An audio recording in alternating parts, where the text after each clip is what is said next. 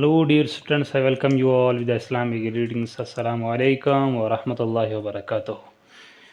जैसे आपको पता है हम लास्ट लेक्चर पढ़ रहे थे calculation of total number of spectral lines.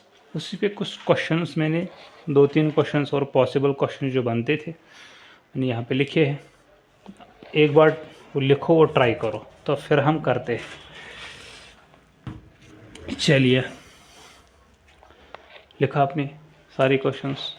तो क्या बोल रहा है, इन हाइड्रोजन लाइक स्पीशीज, पहले क्वेश्चन से, electron makes transition from fourth excited state to second excited state. यानी इलेक्ट्रॉन कर रहा ट्रांजिशन कहाँ से लेकर के फोर्थ एक्साइटेड स्टेट से सेकेंड। ये बोल रहा है कितने स्पेक्ट्रल लाइन्स बनेंगे, ऑप्शन नंबर डिफरेंट है। 10 स्पेक्ट्रल लाइन्स बनेंगे, 6 बनेंगे। Number of spectral lines in Balmer series 3 होंगे, पार्शियल सीरीज। देखते हैं कौन कौन सही होगा इसमें। तो भाई जैसे हमने पढ़ा क्वेश्चन नंबर 1, जैसे हमने पढ़ा नंबर ऑफ स्पेक्ट्रल लाइन्स, अगर कोई हायर एक्साइटेड स्टेट से lower excited state, higher energy level से लोअर एनर्जी लेवल आता है तो उसके लिए फार्मूला है क्या चीज़, N2 - N1 into N2 - N1 + 1 divide by 2। ठीक है ना, इतना क्लियर है। तो देखो N2 यहाँ पे कितना है, अगर आप बोलोगे N2 यहाँ पे हायर एनर्जी लेवल बोल रहा है कि फोर्थ एक्साइटेड स्टेट, यानी कौन सी शेल, फिफ्थ, 5। और बोल रहा है कहाँ से आ रहा है, N1 कहाँ से लेकर के सेकेंड स्टेट। ये एक्साइटेड स्टेट नहीं बोल रहा है सेकेंड स्टेट, यानी N1 क्या है, 2। तो लगा भाई साहब स्पेक्ट्रल लाइन्स कितने होंगे, total number of spectral lines N2 - N1 into N2 - N1 + 1 divide by 2। N2 कितना है, 5 - 2 इंटू 5 - 2 + 1 डिवाइड बाई, ये बनेगा 3, ये बनेगा 4, यानी 4 इंटू 3 डिवाइड बाई 2 से 2, 4 3 2 6 स्पेक्ट्रल लाइन्स। क्या कोई ऑप्शन है, कौन सा वाला, क्लियर। तो भाई लोग अब यहाँ पे मेरा मकसद क्या था क्वेश्चन देने का, यहाँ पे पर्टिकुलर लाइन्स हमें निकालने बाल्मर सीरीज़ में और पार्शियल सीरीज़ में, ये भी फार्मूला दिखाई थी। चलो देखते हैं क्या ये सही है कि नहीं है। ये तो हमें पता चला ये सही है, ये तो गलत होगा है। तो ये देखते हैं ये सही है कि नहीं। बाल्मर के लिए अगर स्पेक्ट्रल लाइन्स निकालेंगे, particular spectral lines for total number of spectral lines, किसके लिए, बाल्मर सीरीज। बाल्मर, मैंने बोला था बाल्मर सीरीज के लिए स्पेक्ट्रल लाइन्स किसके बराबर होता है, N2 - ground state of that, यानी N2 - वो स्टेट जहाँ पे बाल्मर के लाइन्स गिरते हैं। बाल्मर कौन सी सीरीज है, लाइमन बाल्मर, यानी 2। बात आ रही है समझ में, यानी N2 - 2। तो N2 कितना है हमारा, N2 है 5, 5 - 2 = 3। क्या सही है, बिल्कुल सही है। तो ऐसे ही कर सकते हैं किसके लिए, पार्शियल के लिए। पार्शियल के लिए फार्मूला क्या बनेगी, N2 - 3, यानी N2 - 3 यानी 5 - 3 बनता है क्या चीज़, 2। क्या ये सही है, ये भी सही है। क्लियर, अच्छी तरीके से समझ आया। चलिए उतारो, उतारा, मिटाऊं, चलिए। ये किया था खुद आपने, किया था, बढ़िया। आपने नहीं किया था, चलो मिटाऊं मैं। चलो भाई साहब क्वेश्चन नंबर, तो भाई जैसे हमारा पेंडिंग लेक्चर रह गया था, है ना, पेंडिंग लेक्चर रह गया था, हम क्या कर रहे थे, क्वेश्चंस किसके regarding, calculation of spectral lines. Question एक था, क्या था वो ज़रा बताओ मुझे, जो हम कर रहे थे, क्वेश्चन बताओ, बोलिए, है किसी को साथ में। हाँ, हायर एनर्जी, इलेक्ट्रॉन जंप कर रहा है हायर एनर्जी लेवल से थर्ड एक्साइटेड स्टेट की थर्ड एनर्जी लेवल, ठीक।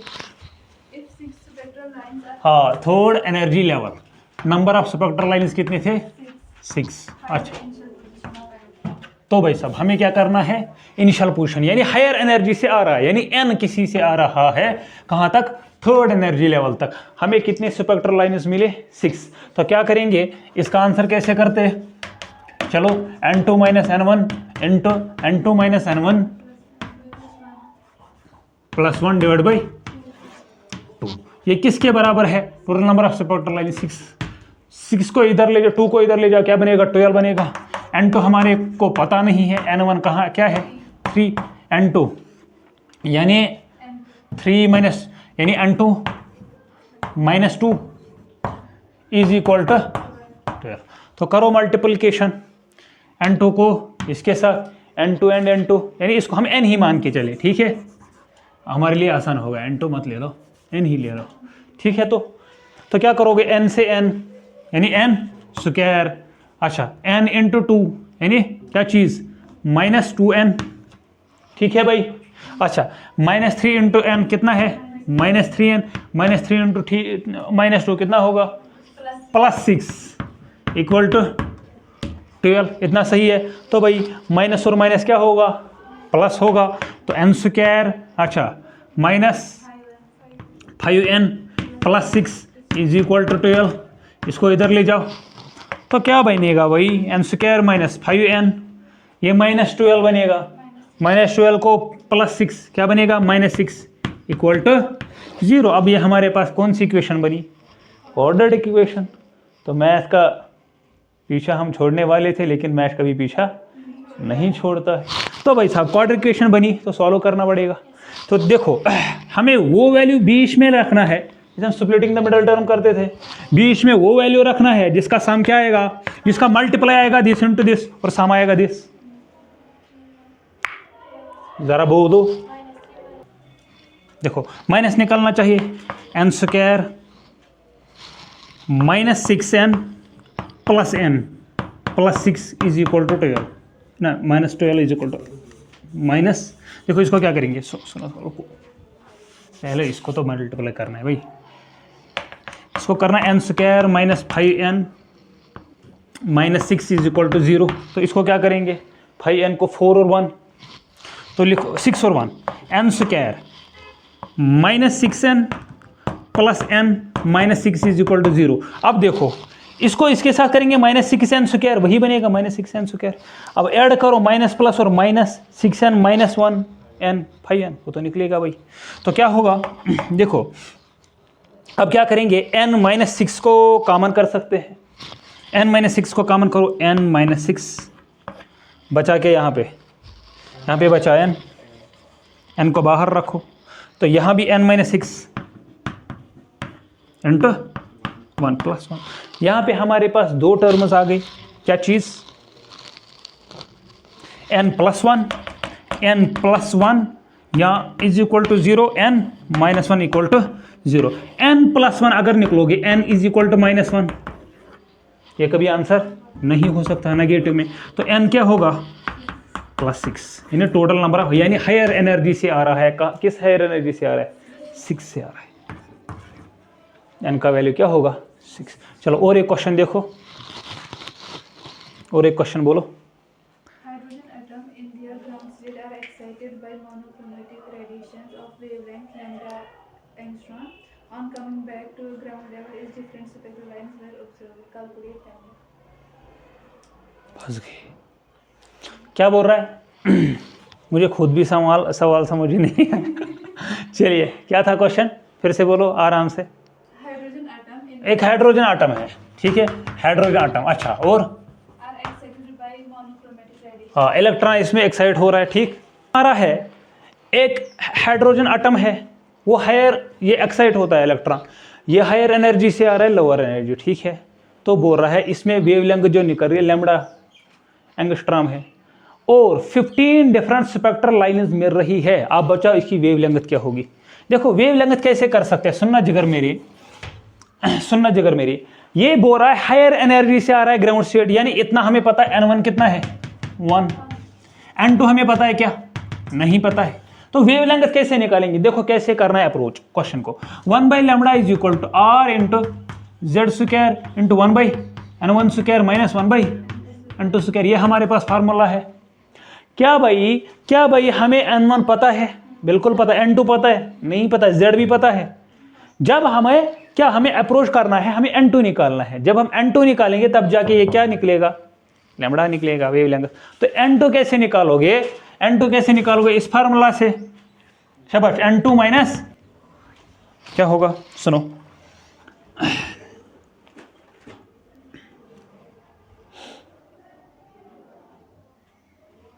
N2 minus N1 into N2 minus N1 plus 1 divide by 2।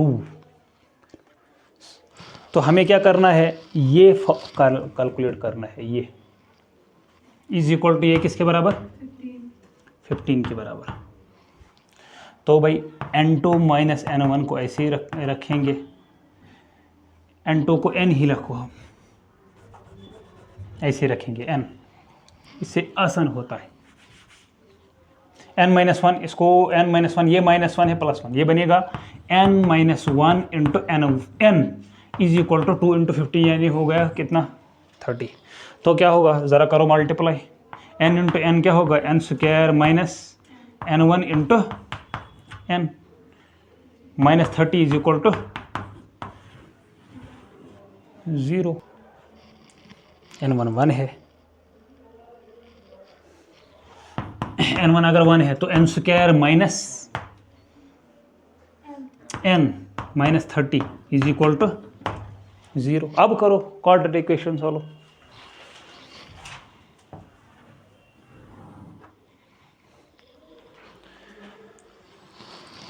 हमें क्या करना है, वो दो नंबर ढूंढने हैं जिनका सम क्या आएगा, माइनस N, जिनका मल्टीप्लिकेशन क्या आएगा, माइनस 30N स्क्वायर।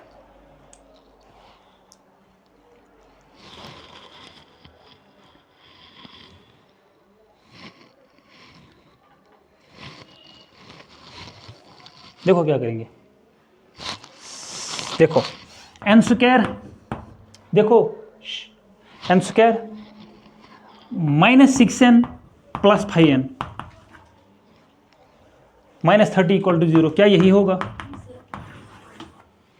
देखो माइनस प्लस क्या होगा, माइनस माइनस N और 6N प्लस 5N, यानी 6N इंटू 5N क्या होगा, 6 5 30 और N square minus N square, यानी माइनस 30N स्क्वायर, यही बनेगा। तो क्या होगा, हमारे पास एक टर्म आ गई, क्या चीज़, N square, N square minus है, फिलहाल N को कॉमन करेंगे, N को कॉमन करेंगे, बचा क्या अंदर में, N माइनस 6। तो भाई N माइनस 6 यहाँ भी ले लो, प्लस 5, यानी 5N, 5 4 20, 5 6 30, ठीक है ना। तो भाई या N plus 6, N plus 5 equal to 0 होगा, या N माइनस 6 इक्वल टू 0 होगा, ठीक है। तो भाई यहाँ पे N क्या निकलेगा, N निकलेगा माइनस 6, यहाँ पे N क्या निकलेगा, यहाँ पे माइनस 5, सॉरी माइनस 5, यहाँ पे प्लस 6। अब ये वैल्यू होगा कि ये वैल्यू होगा, 6 वैल्यू होगा ना, तो N का वैल्यू 6 निकला। तो यहाँ पे डालो 1 by lambda is equal to R into Z, तो 1 का स्क्वायर है, 1 बाई 1 का स्क्वायर माइनस 1 बाई 6 का स्क्वायर। ये सॉल्व करो, you will get the answer. ठीक, क्लियर। चलो लिमिटेशंस ऑफ, हेडिंग डालो लिमिटेशंस ऑफ बोहरस मॉडल, बोहरस मॉडल। पहला लिमिटेशन क्या होना चाहिए आपकी नज़र में, पहला ये जो बोहर है, बोहरस मॉडल ऑफ एटम है, ये वैलिड है किसके लिए, only single electron species. It is valid for only, it is applicable for, it is applicable for single electron species, single electron species, single electron species, ठीक है। दूसरा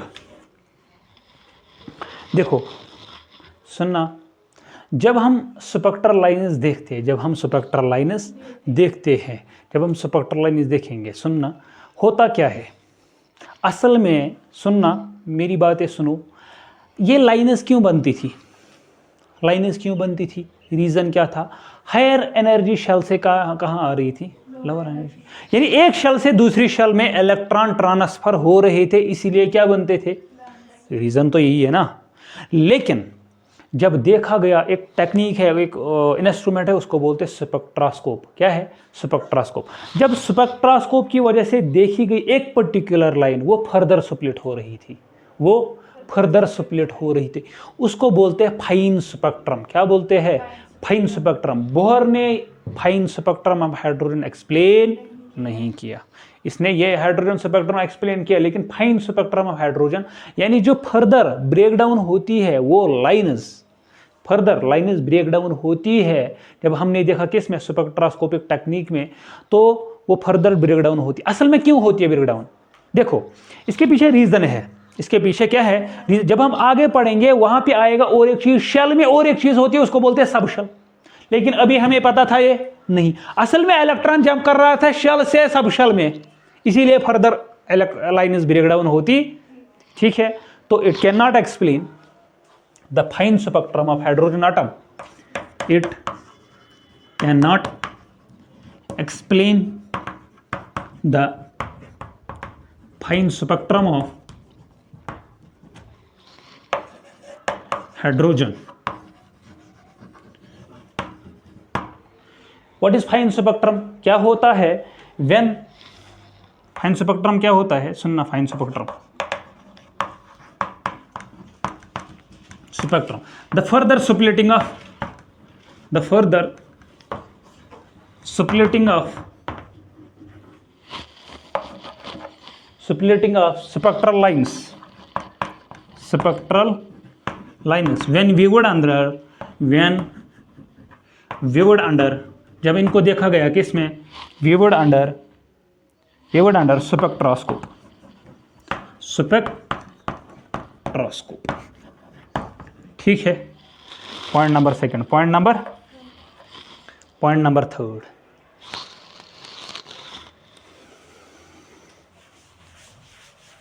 देखना।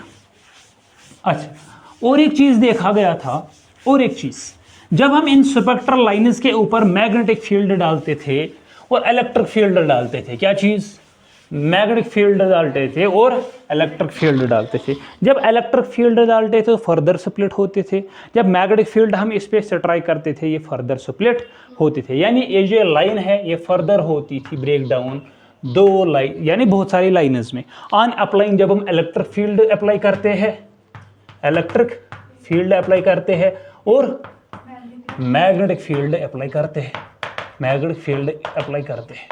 जब हम इन, याद रखना, जब हम इन मैग्नेट, जब इन स्पेक्ट्रल लाइन, ज्यादा ध्यान दो, जब इन स्पेक्ट्रल लाइन्स को क्या डालेंगे, मैग्नेटिक फील्ड, ये फर्दर स्प्लिट होती है, उसको बोलते हैं जीमन इफेक्ट। क्या बोलते हैं, जीमन effect, जीमन effect.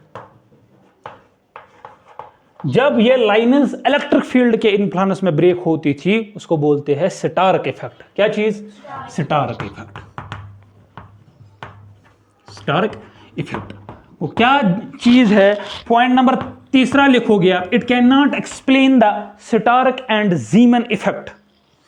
It can not explain, it can not explain the Stark and Zeeman effect. What is Stark effect? नीचे लिखोगे Stark effect. Splitting of electric field lines. Further splitting of electric field lines. Further splitting of electric field lines when we apply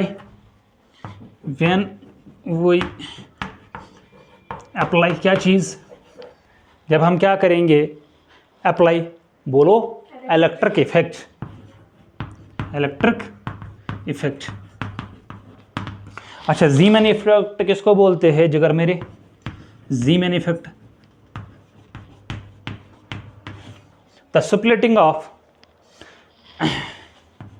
further लिखो, the further splitting of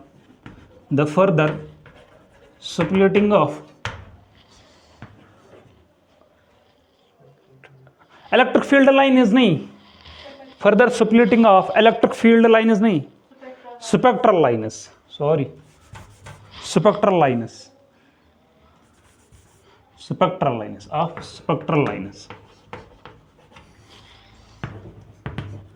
The further splitting of spectral lines when we apply क्या चीज, magnetic field.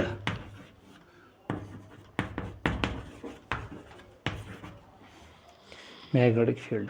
अच्छा, आप बताओगे sir यह हम याद कैसे रखेंगे? इसके लिए एक तरीका है, देखो कैसे याद रखोगे.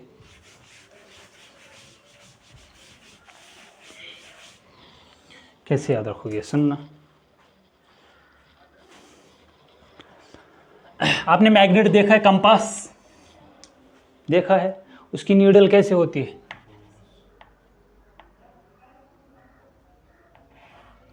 ऐसी होती है इसकी नीडल, देख लेना आप.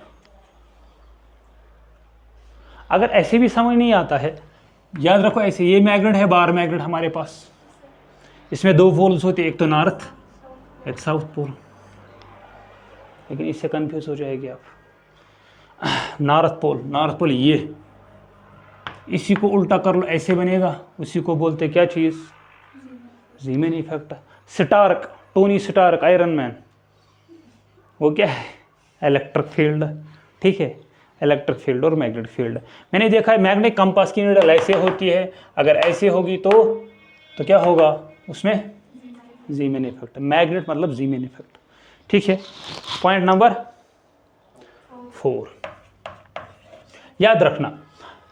देखो आधे मॉड्यूल्स पे ऐसे भी है, बुक्स पे ऐसे भी है कि लिखा है, ये हमें एक्सप्लेन नहीं करता है, NH/2π, Y angular momentum is NH/2π. वो बोला था किसने, डी ब्रॉगली भाई साहब ने. ठीक है. और मोमेंटम की बात है, एक तो डी ब्रॉगली ने किया था, एक हाइजेनबर्ग अनसर्टेनिटी प्रिंसिपल ने किया था. तो हम शॉर्ट में लिखेंगे, इसमें सारे पॉइंट्स आएंगे. It is not accordance with, it is not accordance with या it is not according to, कुछ भी लिखो, it is not accordance with de Broglie concept and Heisenberg's concept, उसको बोलते हैं हाइजेनबर्ग्स अनसर्टेनिटी प्रिंसिपल. असल में ये दोनों डी ब्रॉगली और हाइजेनबर्ग, ये किस पे, इनकी बेस किस पे थी कि ये बोलते थे भाई साहब जो पार्टिकल का नेचर है वो वेव नेचर है. लेकिन ये क्या बोल रहा था बोहर भाई, पार्टिकल का क्या, यानी कोई भी मैटर का कौन सा नेचर है, पार्टिकल नेचर. लेकिन जो हाइजेनबर्ग और बोहर ने बोला था, उनने बोला कि मैटर का क्या नेचर होता है, वेव नेचर होता है. क्या होता है, वेव नेचर. और वेव नेचर की और मोमेंटम की एक रिलेशन दी उसने, वो हम इंशाल्लाह अगले क्लास में डिस्कस करेंगे कि डी ब्रॉगली भाई साहब ने क्या बोला था कि कोई भी पार्टिकल अगर चल रहा है, उसके पास मोमेंटम है, तो उसके एसोसिएट एक वेव होगी, उसके साथ एक वेव जनरेट होगी जिसकी वेवलेंथ किसके बराबर होती है. ठीक है भाई, ठीक है. मिलते हैं अगले लेक्चर में, तब तक के लिए अल्लाह हाफिज़. दुआ करते रहिएगा, पढ़ाई करते रहिएगा. All the very best. अस्सलाम वालेकुम व रहमतुल्लाह.